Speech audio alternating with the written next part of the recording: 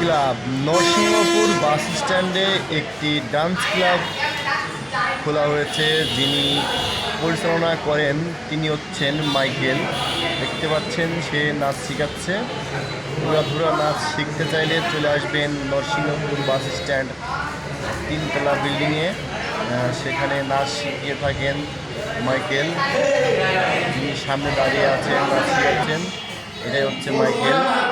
Narsinghpur bus stand আসলেই 3তলা, সেখানে এসে বললেই দেখিয়ে দেবে। 3তলা ছাদের উপরে বিল্ডিংয়ে নাচ শেখানো হয়।